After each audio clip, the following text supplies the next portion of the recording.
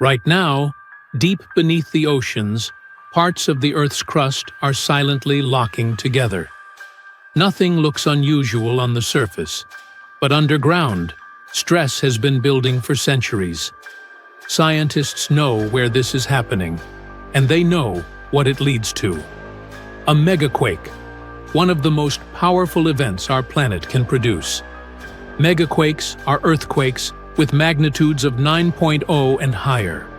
They are capable of rupturing fault zones over 1,000 kilometers long, shifting coastlines by several meters, and generating tsunamis that travel across entire oceans. These events are rare, but they follow a pattern. They occur in subduction zones, where one tectonic plate is forced beneath another and becomes locked due to friction. One of the most closely watched regions is the Cascadia subduction zone, which stretches about 1,000 kilometers from northern California to Canada. In this region, the Juan de Fuca plate is slowly being pushed under the North American plate. GPS measurements show that parts of the coastline are currently being compressed by several millimeters per year, which indicates that stress is actively building. The last major earthquake in Cascadia occurred in the year 1700 and is estimated to have reached magnitude 9.0.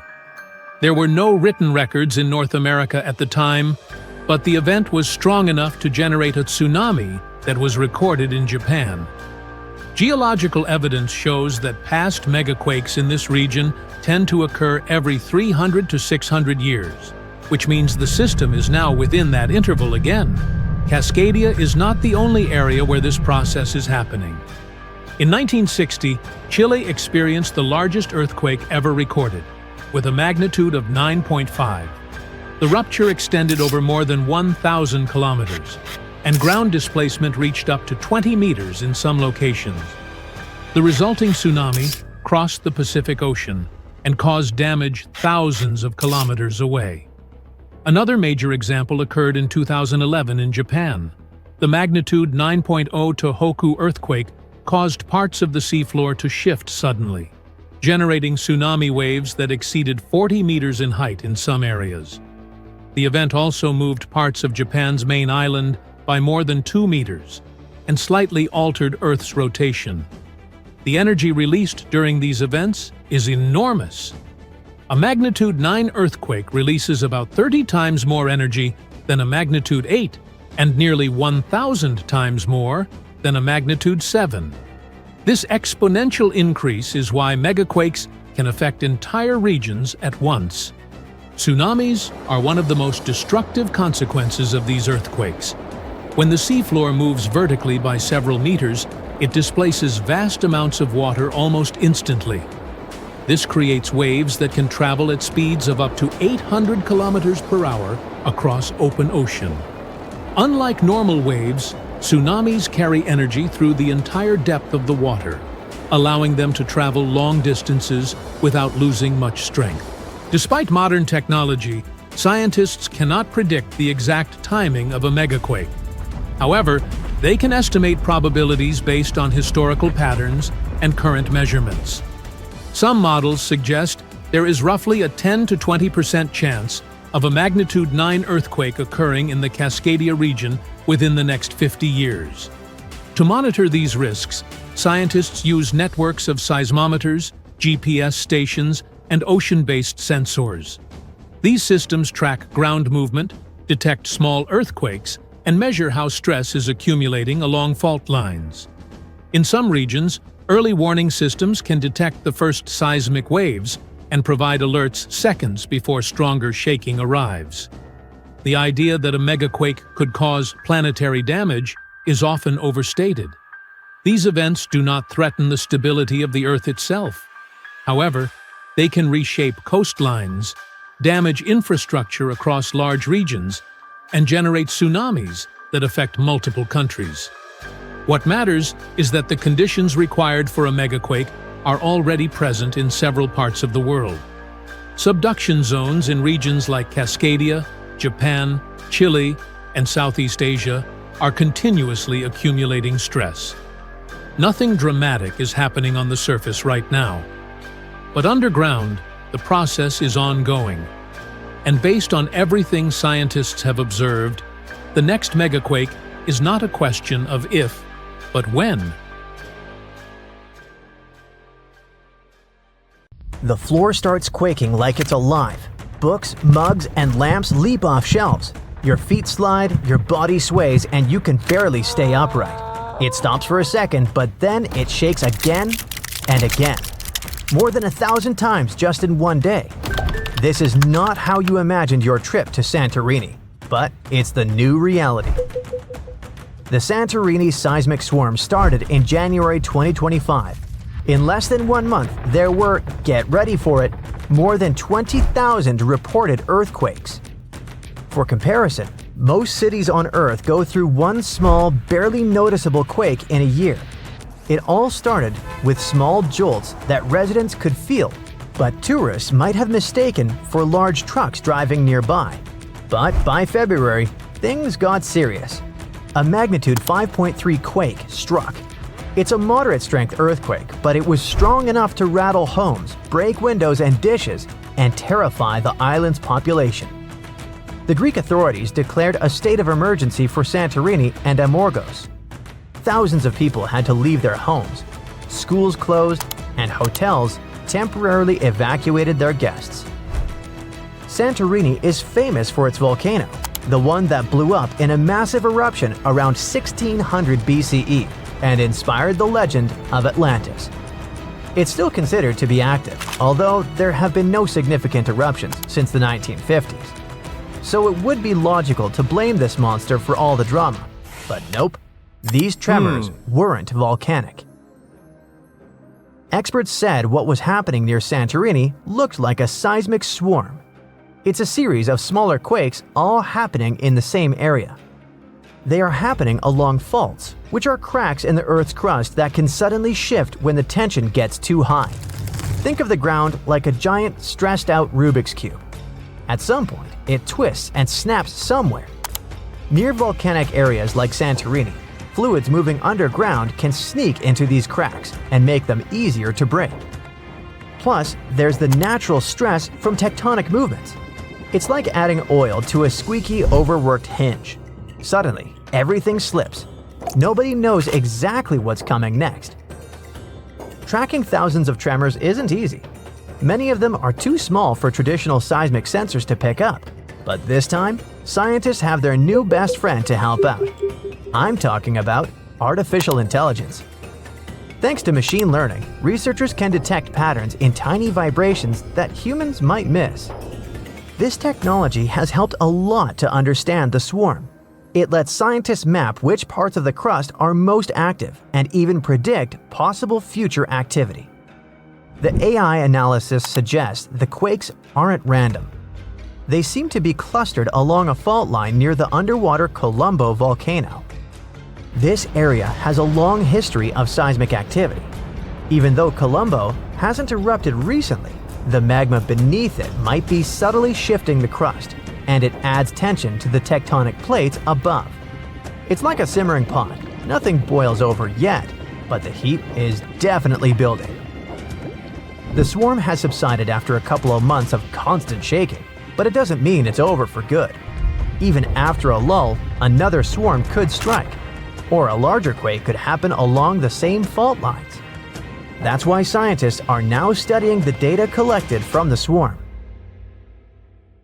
If you're thousands of miles away from Santorini and don't have plans to visit, it doesn't mean you're 100% safe from a similar scenario. Seismic swarms like the Greek one happened in the Caribbean, Iceland, and Italy. One of the best documented swarms in history happened in Japan, in a suburb northwest of Tokyo. It was all going on in a town sitting on a seismological observatory, like a secret underground lab for tracking earthquakes. The swarm kicked off in August 1965 with just 3 earthquakes that were so weak nobody could feel them. But things escalated fast, and 3 months later, 100 quakes a day were strong enough for people to feel. On one day, the observatory recorded almost 7,000 quakes.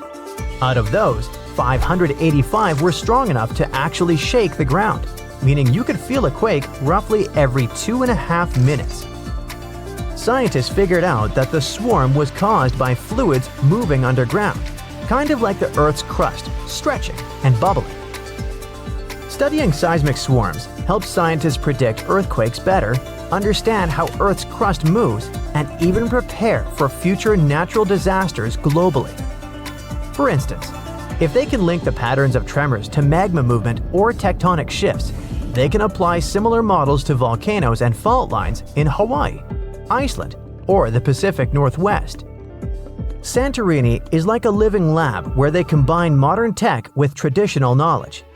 AI, seismographs, and satellite imaging add to centuries of human observation. The locals who have lived through quakes for generations contribute insights about small tremors, changes in groundwater, and unusual animal behavior.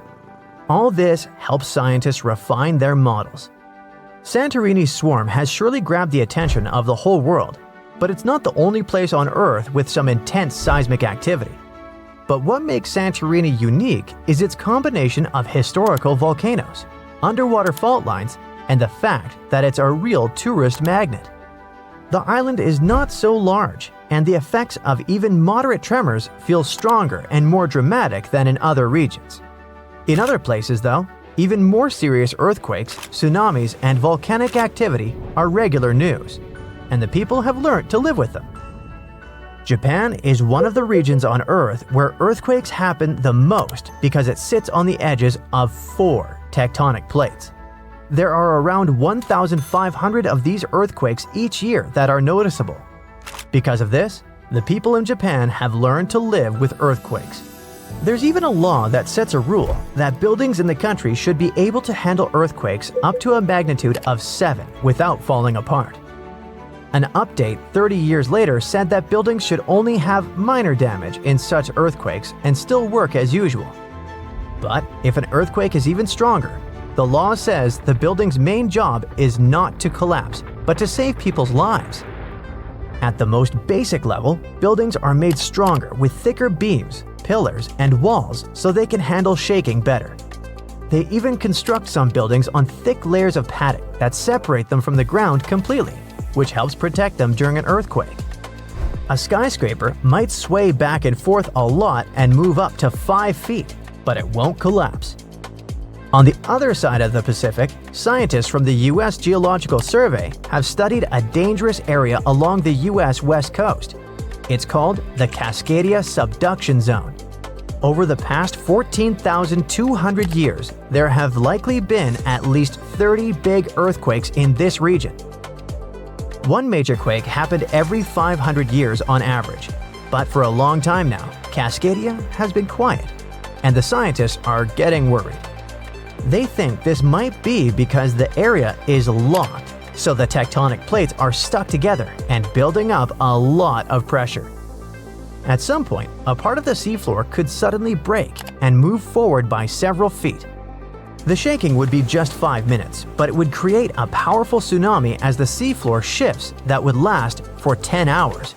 If it happens, it's going to be the worst natural disaster in the country's history, according to experts. This could make the hillside slide and crumble and take down roads and bridges.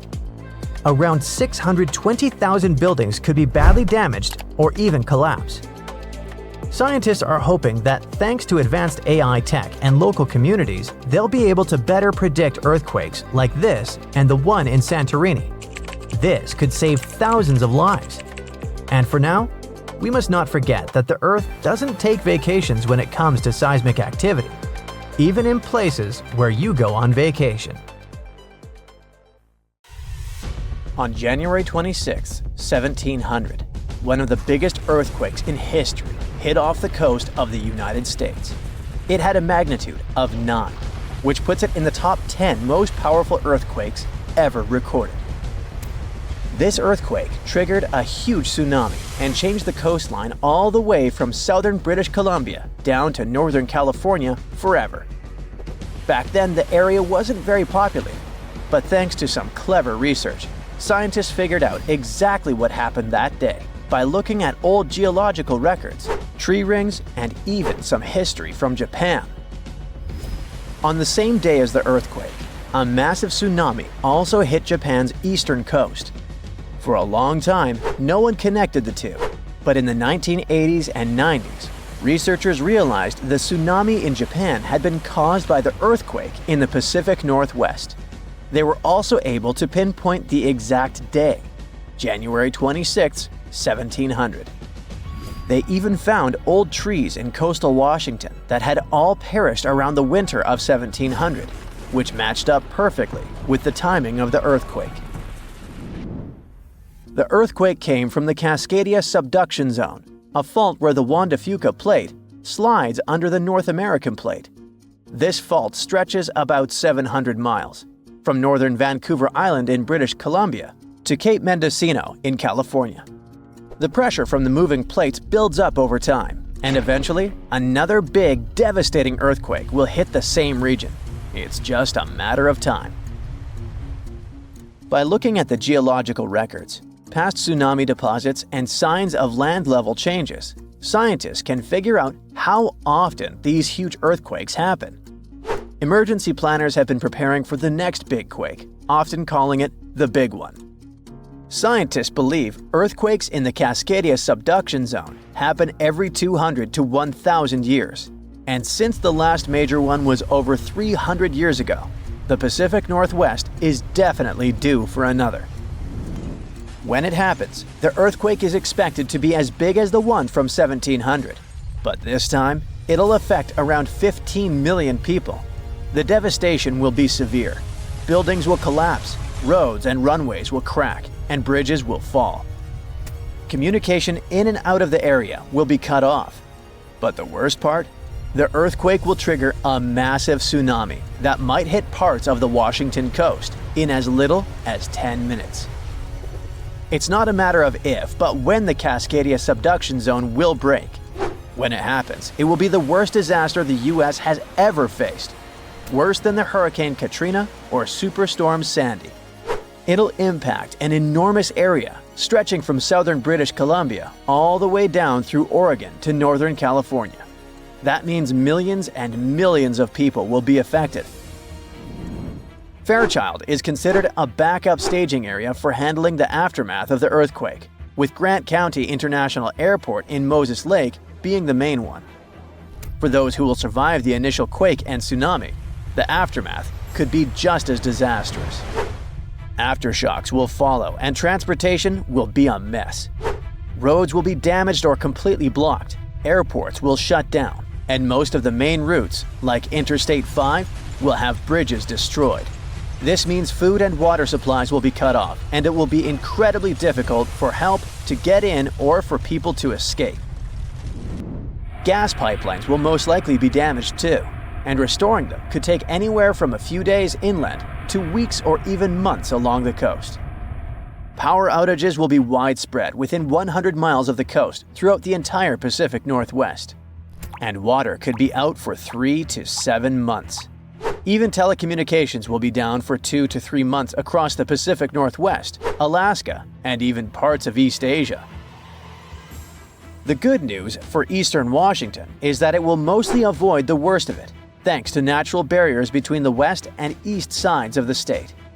The tsunami may hit the Columbia River Gorge, but it will lose energy quickly because of a sandbar under the river. The Cascade Mountains will absorb much of the earthquake's impact, so the east side won't feel it as strongly. And since eastern Washington won't get hit as hard, it'll be up to them to handle the aftermath of the quake. That means helping western Washington, taking in refugees from the areas that got destroyed, and delivering supplies to where they're needed. Scientists have looked at other major 8.0 to 9.0 magnitude earthquakes like the ones in Chile in 1960, Alaska in 1964, and Sumatra in 2004, and Japan in 2011. These kinds of quakes can shake the ground for anywhere between 6 to 10 minutes, and that's a long time for the ground to be shaking. Such quakes are super intense because they happen close to Earth's surface, so it's not just a quick shake. It's a long, strong one that can cause a lot of damage. If the Cascadia earthquake and tsunami were to hit tomorrow, over 13,800 people could lose their lives. and about 107,000 people could be injured. The economic toll in Washington, Oregon, and California could top 70 billion. To put that into perspective, we can compare these numbers with some other major earthquakes. In Chile's 1960 earthquake, about 1,650 people lost their lives. The 1964 Alaska quake resulted in around 140 lives lost. The 2004 Sumatra earthquake and tsunami took the lives of an estimated 280,000 people. And the 2011 Japan earthquake and tsunami caused over 20,000 casualties. Authorities know about the dangers of the Cascadia Fault, but even with all the planning, no one can say for sure what will be needed when the big quake hits. Right after the earthquake and tsunami, the areas outside the immediate disaster zone won't be able to help much because roads and airports will be destroyed, and resources will be limited. How can we deal with this kind of disaster and its effects? We don't have all the answers yet. Right now, let's focus on the Cascadia subduction zone. It's a huge fault line that stretches about 620 miles from Vancouver Island to Cape Mendocino in California, sitting about 93 miles off the coast. It's like one tectonic plate is slowly sliding under another. When the plates are close to the surface, about 18 miles deep or less, they get stuck because of friction, kind of like pushing two rocks together. Over time, this creates a lot of pressure. When the pressure finally becomes too much, the plates slip, causing a massive earthquake. This is called a megathrust earthquake, and it can be huge. Below the area where the plates are stuck, there's a zone where the plates move really slowly. We're talking about just a few inches every few months. This slow movement helps to release some of the pressure, but it also builds up more pressure on the parts of the fault that are still stuck. This means that over time, it increases the chances of a huge earthquake happening. These massive quakes, called Great Subduction Zone earthquakes, can be stronger than magnitude 8.5. Megathrust earthquakes are the biggest earthquakes that happen. They can go over a magnitude of 9.0, which is insanely powerful. Just to put it in perspective, a magnitude 9.0 earthquake releases 1,000 times more energy than a 7.0 and 1,000,000 times more energy than a 5.0. These earthquakes happen when a lot of pressure builds up in a part of the fault that's locked, which means the plate can't move past each other. When that pressure gets too high, the fault finally ruptures, releasing all that built-up energy in one massive shake. The Cascadia subduction zone is super long. That's why if it were to rupture all at once, it could produce a large earthquake. Scientists have studied this region and found that about 18 miles below the surface, the fault is completely locked. The plates there aren't sliding past each other. But deeper down, the plates start to slide more smoothly, causing less friction. This is important because it tells us how much stress is building up in that locked zone, and how it could eventually lead to a major earthquake. 7,500 years ago, the Pacific floor collapsed. Massive landslides buried the seabed in seconds. Fast forward to today, robot subs have examined the place. Scans have revealed proof of at least 10 distinct cyclical megaquakes. Now, researchers warn, the plates are still locked and building pressure, even today. If they start moving, that could trigger new red alert earthquakes and send disastrous tsunamis toward the coast. Let's look at the map. The fault here is like a giant zipper. It's over 600 miles, stretching from Northern California to Canada. It's called the Cascadia Subduction Zone, and it's a part of the Ring of Fire. You know, the famous giant horseshoe around the Pacific that can serve as your where-to-go reminder if you're into volcanic and earthquake tourism. One of Cascadia's biggest events happened around the year 1700. There are no local written records of it, but there is a story. A well-known indigenous legend tells of an epic battle between a thunderbird and a whale. In the story, the thunderbird's wing beats make the ground shake. The whale's thrashing sends seawater flooding inland. The thunderbird wins by finally grabbing the whale and slamming it back down, shaking the land itself. Many researchers believe that this legend originated from the real earthquake of 1700. But we don't just have cool myths to give us the full picture. In the early 1700s, samurai officials recorded waves flooding villages and rice fields. But nobody felt the earthquake that must come first. That's why they nicknamed this event the Orphan Tsunami. But it did have a parent, and it took scientists 300 years to finally connect it back to Cascadia. To see Cascadia's past, researchers sent robot subs to scan the bottom in crazy detail. They expected to see a simple crack, but what they found looked more like giant underwater steps. Some of those steps are about 33 feet tall, like a 3-story building. That only happens when a big piece of the seafloor snaps off, breaks loose, and slides all at once, not slowly. When that happens, it kicks up a mud avalanche. Picture a jar of dirt and water. Shake it hard, and a fresh layer settles at the bottom. Each layer is basically a timestamp from a huge quake. When scientists counted and dated them, they found 10 separate megaquakes that hit one after the other over thousands of years. That means that Cascadia doesn't let pressure out little by little. It stays stuck for a long time, then suddenly breaks out violently. That pattern is why the Cascadia subduction zone is considered one of the scariest fault systems in North America today. So what's actually happening down there? The plates aren't sliding smoothly, they're stuck. And while they're stuck, the coastline is getting quietly bent out of shape like a ruler you're flexing in your hands. It doesn't look dramatic day to day, but it's been loading up for centuries. When that tension finally snaps, the coast will instantly drop. Geologists call this co-seismic subsidence.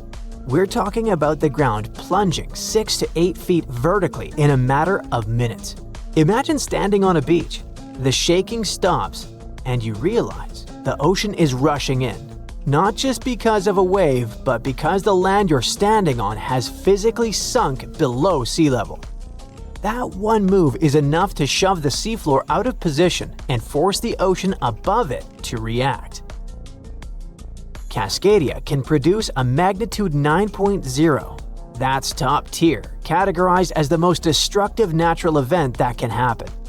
It can shake the ground for minutes, pushing and pulling everything back and forth until buildings and bridges start falling down.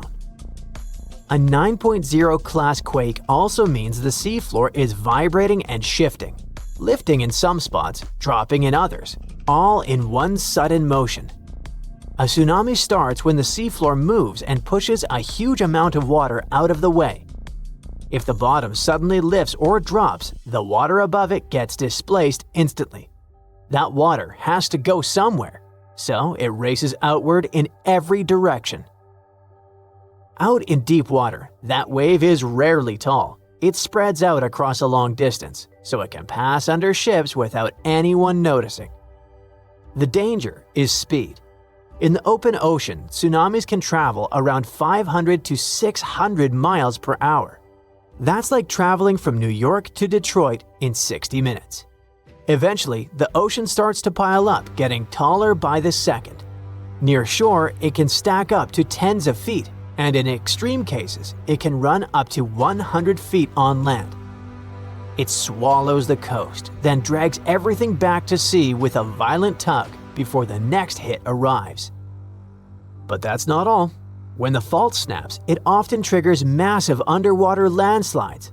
When a huge chunk of seafloor collapses, it can shove water locally, like dropping a boulder into a tub.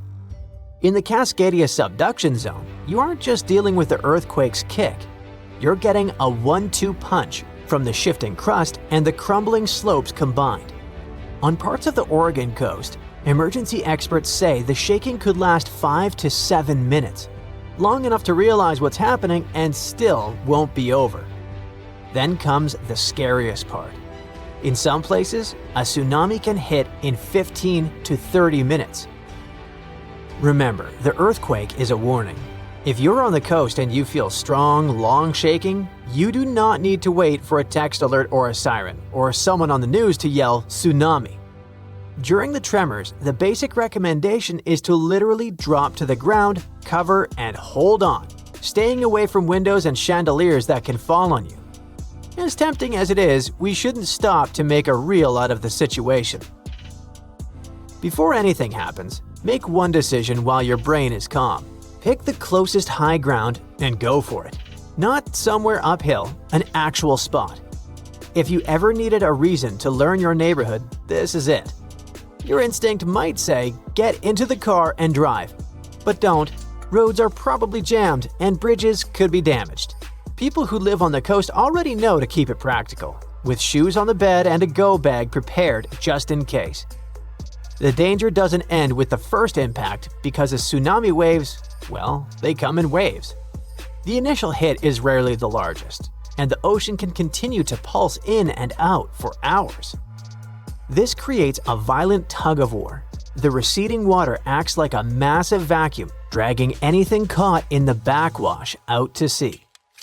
Japan's 2011 disaster is the most recent vivid example of what a magnitude 9.1 can do. The seafloor shifted in a single massive heave, and minutes later, the ocean literally rearranged the coast. A huge wall of water crashed inland, reaching over 100 feet high in some spots, and turning the coastline into a conveyor belt of debris. It was like water turned cars into giant bowling balls and shipping containers into massive metal bricks, smashing ports and drowning low-lying airports and electrical substations. Finally, what do officials say about the timeline for the possible next disaster hitting Cascadia? Well, they can't give us precise dates, but they did announce some odds. For the biggest, scariest earthquake possible, the United States Geological Survey says there is about a 10% to 15% chance it'll happen in the next 50 years. Chances for a quake that isn't the mega version are 1 in 3 in the next 5 decades. Those odds are actually pretty high. But here is why it isn't all that grim. Scientists know this isn't random. Cascadia has a pattern, and patterns are what preparation runs on. We already know how to build for big shaking, and we're getting better at spotting where stress is building. It doesn't mean we can stop the earthquake, but it means we're getting way better at knowing what to expect. In the meantime, just keep a go bag by the door and maybe take a walk around your neighborhood every once in a while. We are on the Sea of Marmara, the exact spot where the massive continents of Europe and Asia meet. It's a vital, beautiful waterway packed with cargo ships on the surface, but dive underneath and you'll find a geographical nightmare lying on the seafloor.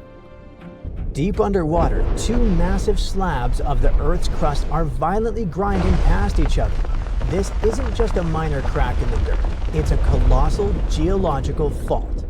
A massive complex system of continuous fractures that has been accumulating a devastating amount of energy for decades. We call it the Great North Anatolian Fault. All this energy has to be unleashed someday. And when it happens, it's going to hit one of the most densely populated areas on our planet. Scientists are now in active monitoring mode, especially when it comes to Turkey. This country is sitting on the Anatolian Plate, a small bite of the Earth's crust. Nowadays, it's being literally smashed by the Arabian Plate from the south and the Eurasian Plate from the north. Because it's being squeezed so hard, the only direction it can move is west, toward the Aegean Sea, and it actually does this at a speed of about 1 inch per year. In geological terms, that's a high-speed, violent movement. Millions of tons of solid rock grinding against each other deep underground day and night without a single break? Not the best thing to experience.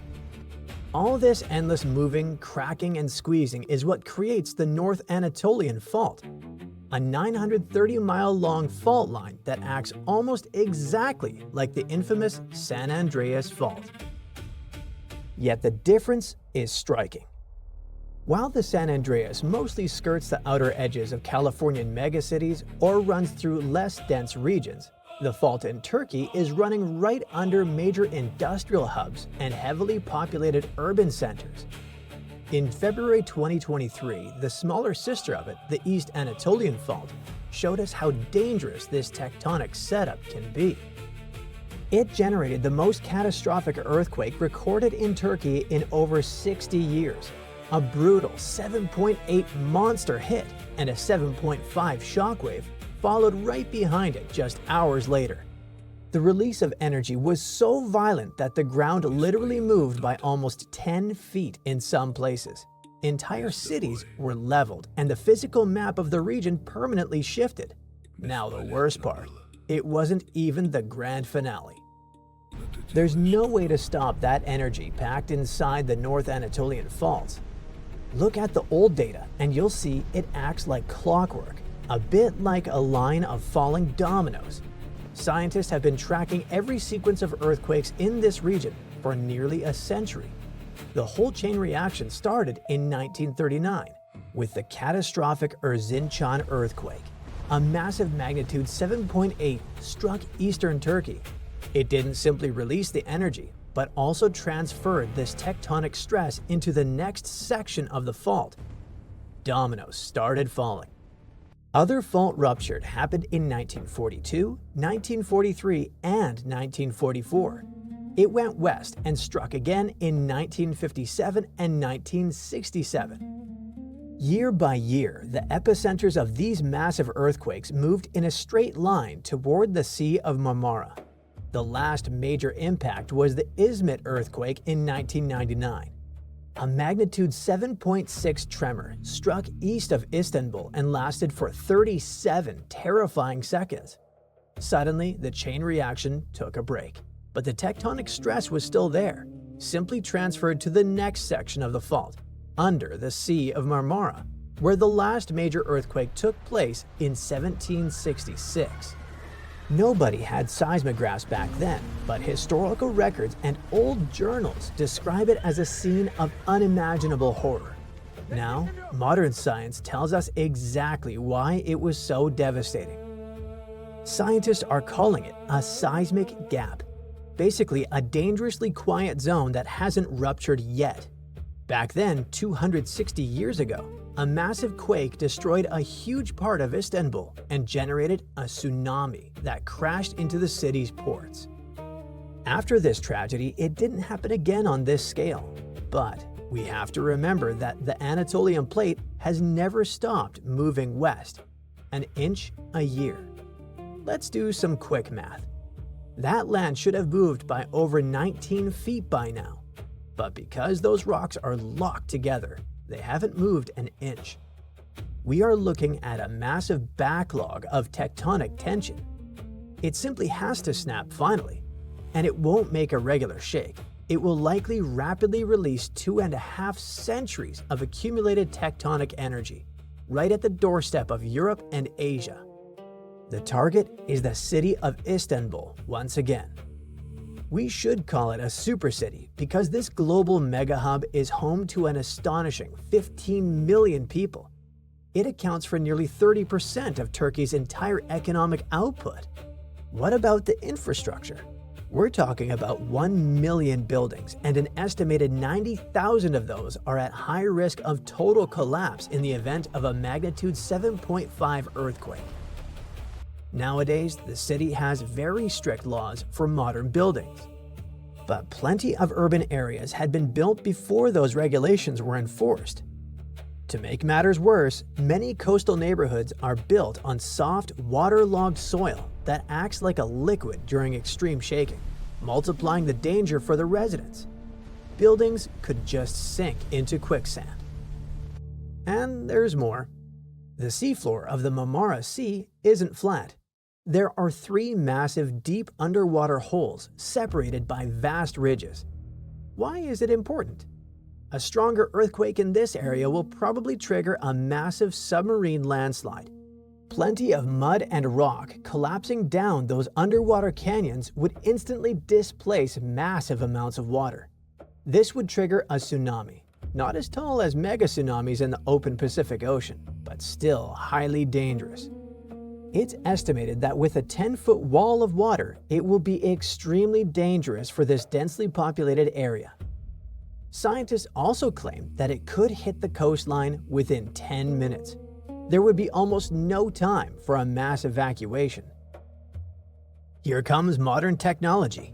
Engineers are fully aware that this geographical clock is ticking and are fighting back. Essentially, infrastructure is being heavily retrofitted. Also, the mighty bridges crossing the Bosphorus Strait have been reinforced with seismic dampers to absorb extreme shocks. One of the world's largest seismically isolated buildings is located at Sabiha Gökçen International Airport in Istanbul. It's sitting on massive bearings made out of rubber and steel. The absolute art of engineering is the Marmara Tunnel, a massive railway tube that runs directly under the Bosphorus Strait, physically connecting the European and Asian continents underwater. It was built right next to an active fault line, so it had to be designed with flexible earthquake-proof joints. If a megaquake hits and the continents shift, the tunnel will bend and flex like a giant snake rather than snapping in half. Another concern of scientists is the economic aftershock of this rupture. It may affect the entire globe, as the Bosphorus Strait is one of the world's most critical maritime choke points. Every single year, nearly 50,000 ships pass through this narrow waterway, carrying everything that is crucial for the global market: barrels of oil, agricultural goods, and so on. The price of energy and food would go crazy if this shipping line collapses. To buy some precious time, scientists have installed an advanced early warning network on the seafloor of the Marmara Sea. Fiber optic cables and seismometers are constantly listening to the fault. But because the epicenter is located so incredibly close to the city, even this multi-million-dollar system won't give residents enough time to escape. At best, it will provide a maximum of 5 to 7 seconds of warning before the destructive waves hit the city. 5 seconds to shut down gas lines, halt the trains, and brace for the impact. Of course, all this effort won't protect the whole city. Only a fraction will survive. The undeniable conclusion is that the migration of earthquakes isn't just a theory, but a well-documented geographical reality. Scientists estimate that there is a 65% probability of a magnitude 7 or greater earthquake striking the Sea of Marmara region before the year 2030. Now we can see that the rupture in this area isn't just a possibility. It is coming, and it is migrating directly toward the collision point of two continents. Not an earthquake, but a mega earthquake could happen in Japan. It's scarier, bigger, and more destructive than ordinary tremors. However, the problem is that it will occur underwater, which means it will trigger a giant tsunami 100 feet high. A column of water nearly as high as a 10-story building will collapse on coastal cities, wiping out hundreds of houses. The water flow can destroy everything in its path like a bowling ball that knocks down pins. And then another wave may come, and another one. Anyone who is at risk should be on their guard. How to survive? You'll find out later in this video. But first, let's find out what a mega earthquake is. This is an earthquake with a magnitude 9 or more. This is a very rare phenomenon, and it depends not on the power of the shock, but on the length of the fault where it occurs. The longer the fault, the stronger the earthquake. But what are these faults? These are cracks in the rocks of the Earth's crust that move relative to each other. Imagine a large puzzle where every detail is a giant tectonic plate. When one part of the puzzle moves away from another, or when they collide, that's when earthquakes begin. If the fault between the parts is long, then the magnitude of the earthquake is great. The largest mega earthquake ever recorded occurred on May 22, 1960, in Chile. The fault was almost 1,000 miles long. It's almost half the way between Chicago and Los Angeles. And now, a similar mega earthquake can happen underwater. That's how it all started. Last year, on August 8th, At 4:42 p.m., an earthquake with a magnitude of 7.1 occurred in southern Japan. The tremors appeared off the coast of the mainland island of Kyushu. Everyone was terrified as they expected a large tsunami to appear. But fortunately, they faced only a small wave. It collapsed on the shore, but didn't destroy buildings. About 15 people got hurt, which is sad, of course, but it could have been worse. It seemed that the disaster had passed. The residents breathed a sigh of relief. However, after that, the Japan Meteorological Agency sent a warning about a possible mega-earthquake that could be incredibly devastating.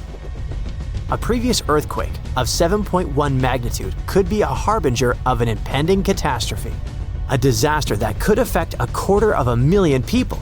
As soon as people heard this, they ran to buy groceries. Increased demand and a slight panic led to shortages of rice and several other basic products. People were stocking up on food and preparing for the worst. But a week later, the Japan Meteorological Agency canceled the warning. It turned out that the small tsunami on Kyushu Island was not a harbinger. No one knows whether a mega earthquake and tsunami will happen in this region, but the chances are very high. To understand the nature of this danger, we need to dive underwater in a place called the Nankai Trough. It is a 500-mile-long underwater fault that runs almost parallel to the Pacific coast of Japan. This is where the two giant sections of the Earth's crust meet, the Philippine Sea Plate and the Eurasian Plate. And the Philippine Plate is subducting and slowly slipping under the Eurasian Plate, on which Japan is partly located. During this movement, the plates get stuck, accumulating energy. Afterward, when they move and align again, they release a powerful burst of energy. And this energy is capable of causing one of the most powerful earthquakes in the world. Experts report that the probability of a mega earthquake and a tsunami is about 80%. Over the past 1,400 years, mega earthquakes have occurred every 100 to 200 years in this region. The last time this happened in Japan was in 1946. The entire country felt a powerful tremor that destroyed 36,000 houses in the southern part of Honshu Island. Every year, the probability of a repeat of this disaster increases by 1%. And do you know how many years have passed? 79. According to experts, a mega earthquake with a magnitude of 8 to 9 can trigger a tsunami that will flood small islands off the coast of Japan. And areas with large populations on the islands of Honshu and Shikoku can be flooded in minutes. Hundreds of thousands of people are at risk. It can be billions and even trillions of dollars worth of damage. According to some reports, about 530,000 people may lose their homes. To save lives, the country needs to carry out a large-scale evacuation. But the problem is that no one knows the exact date. In general, no one in the world can predict in advance when the next big earthquake will occur. In the case of the Nankai Trough, it can happen in a few days, or a few years, or even centuries. So, what should people do? Prepare. Japan has been experiencing earthquakes for a long time, so the country has learned to survive a disaster with minimal losses. Almost every building in Japan is equipped with dampers, which are devices that suppress any vibrations and make houses more resistant to shaking. In addition, on the shores of Japan, residents have built long and high shields that don't allow powerful waves to break through to land. Japan also has an advanced earthquake warning system. It's impossible to predict powerful seismic activity in a few days or weeks, but it's possible to detect small tremors that may portend an impending earthquake. Special devices monitor seismic signals and transmit the data to certain programs. Then, they evaluate the magnitude and intensity of the tremors and send warnings to people's phones. This can save seconds and even minutes for locals to reach the nearest shelter in time. These systems are also used to slow down the speed of trains, to stop work at factories, hospitals, and office buildings. It's much safer for a train driver to slow down during an earthquake than to rush forward at full speed. But what if you're on the street and you can't hear your phone messages? How to act in case of disaster? This applies not only to Japan, but also to any place where a tsunami or earthquake may occur. To survive a tsunami, You need to prepare for it long before a big wave hits. It's very important to have good relations with neighbors. Be friendly with them, help them, and treat them well. In times of trouble or disaster, it's great to have people with whom you have a good relationship. They can help you get out of a difficult situation, and you can also help them. Be kind and compassionate to people. This way, it's much easier to survive any disaster. Prepare a backpack with necessities in advance. These are a first aid kit, canned food, flashlights, a battery-powered radio, and bottled water. All this will not only save your life, but will also help other people in trouble. So if you feel an earthquake start, immediately run for cover. If you're at home, try to stand against a wall closest to the center of the building, or crawl under heavy furniture that stands firmly on the floor, such as a desk or a regular table. Stay away from windows and front doors, and never use an elevator. If you're on the street, don't come close to power lines and any objects that may fall. During a tsunami, you may need to get as high as possible to avoid getting swallowed by water. Stay as far away from the shore as you can, and don't go down until you're sure it's safe. But how can you find out about an approaching wave if you haven't received the warning? When a tsunami approaches the shore, you will hear a roar similar to the rumble of a passing train or plane. If there's no elevation nearby, then try to get to the upper floors. It must be at least the third floor, but it has to be a building that can resist a tsunami, such as a massive house made of concrete. If there are no such high buildings nearby, try to climb a massive tree. When the disaster is over, look around and find those you can help. Listen to messages from rescuers via radio or TV. If all is well, then you can deal with the consequences. Yes, there's a lot of work ahead, but you've survived and helped others survive. And that's the most important thing. So, since 2000, the world has been hit with more than 1,700 earthquakes with magnitude greater than 5. Many happened around the Ring of Fire, located around the Pacific Ocean. In North America, the biggest threat is the San Andreas Fault Line, which can create an earthquake of a magnitude higher than any other, earning it the spine-tingling nickname, the Big One. The potential destruction of California is a terrifying prospect that could have unimaginable consequences. But the Big One is just the beginning of what's to come. Bad news! Scientists have predicted an earth-shattering event that will occur in 2030. Like it or not, there's a 70% chance that we'll experience the Big One, and it will be an earthquake with a magnitude of 6.7. The San Andreas Fault Line will cause the Big One, but what is scary is that we can't predict it. On the other hand, a massive earthquake occurs every 100 years. This means there's always time to prepare for a natural disaster. If we traveled back in time, we'd see a few significant earthquakes like the ones that wiped out San Francisco and Fort Tejon. Buildings made a long time ago are not quake-proof. They will collapse.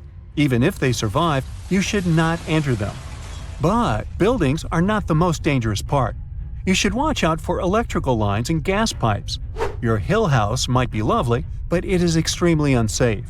During quakes, the hill can turn into a massive landslide that will destroy everything in its path. Say goodbye to road trips because all the roads will be ruined. You should have some spare water and food since you won't be able to go to the supermarket. This disaster won't be cheap. It will cost the U.S. around $200 billion to recover from the quake. At least the earthquake will not trigger tsunamis, but there's something it can cause more damage than the Big One. The notorious Cascadia subduction zones start in California and ends up all the way in Vancouver, Canada. The San Andreas Fault Line is nothing compared to this zone. It can wipe the whole coast off the face of the Earth, an example of hyperbole. Subduction zones are tectonic plates forced to be one under the other and constantly pulling apart. One is called the North American Plate and the other is the Juan de Fuca Plate.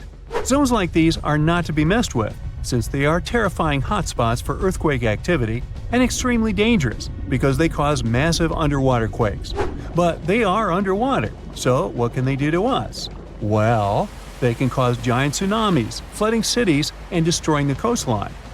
Right now, the most active zone is the Ring of Fire. The Cascadia zone might be less active, but it is like a sleeping beast that can wake up and destroy everything in its path, causing a groundbreaking earthquake. The last time all this stress was released was in the year 1700. Unlike the San Andreas quake, this one will cause massive tsunamis and much bigger shocks. Let's hope you'll be camping in an open field at that time, because most buildings and bridges will likely be destroyed. Also, be ready for the aftershocks, as they'll be devastating.